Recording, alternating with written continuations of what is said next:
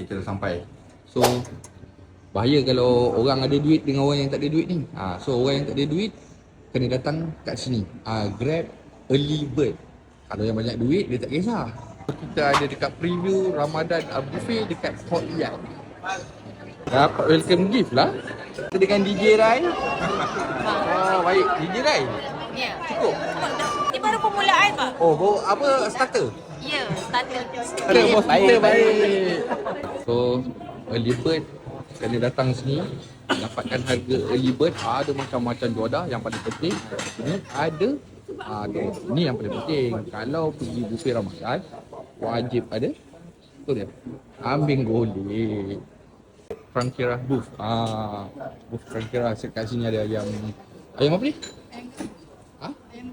Ayam gepuk ayam gepuk pun ada. So kampung Duyung ada apa? Gebok.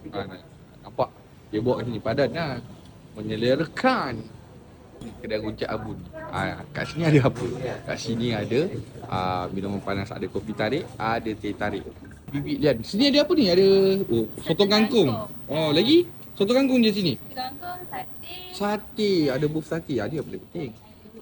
Berbuka wajib ada sate. Kalau dekat Courtyard, sate dia mega. Sate kita dah ambil. Kita dah ambil sate. Kita nak ambil apa lagi? Ni, tu dah cik lagi kita. Hai. Buah-buah. Macam western shoulder ada. Apa lamb shoulder? Lamb shoulder ada salmon, ada roasted broccoli, otak-otak, pasta. Menarik tau kalau datang kat Melaka ada ni ayam kapitan. Ambil aiskrim, ada aiskrim. Kalau nak noodle kat sini ada tau panas-panas. Panas-panas siap. Ada dengan kondimen dia lah, boleh ambil je kat sini. Ada Thai som tam. Ni kira salad on Thai. Makan.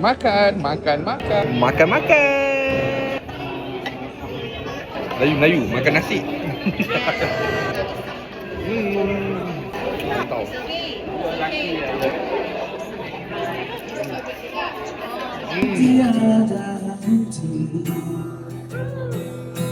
Kenyang kita balik. So kalau kau nak tahu berapa harga dia, kau tengok kat sini. So early bird, grab peluang cepat-cepat dekat mana? Dekat Courtyard Melaka.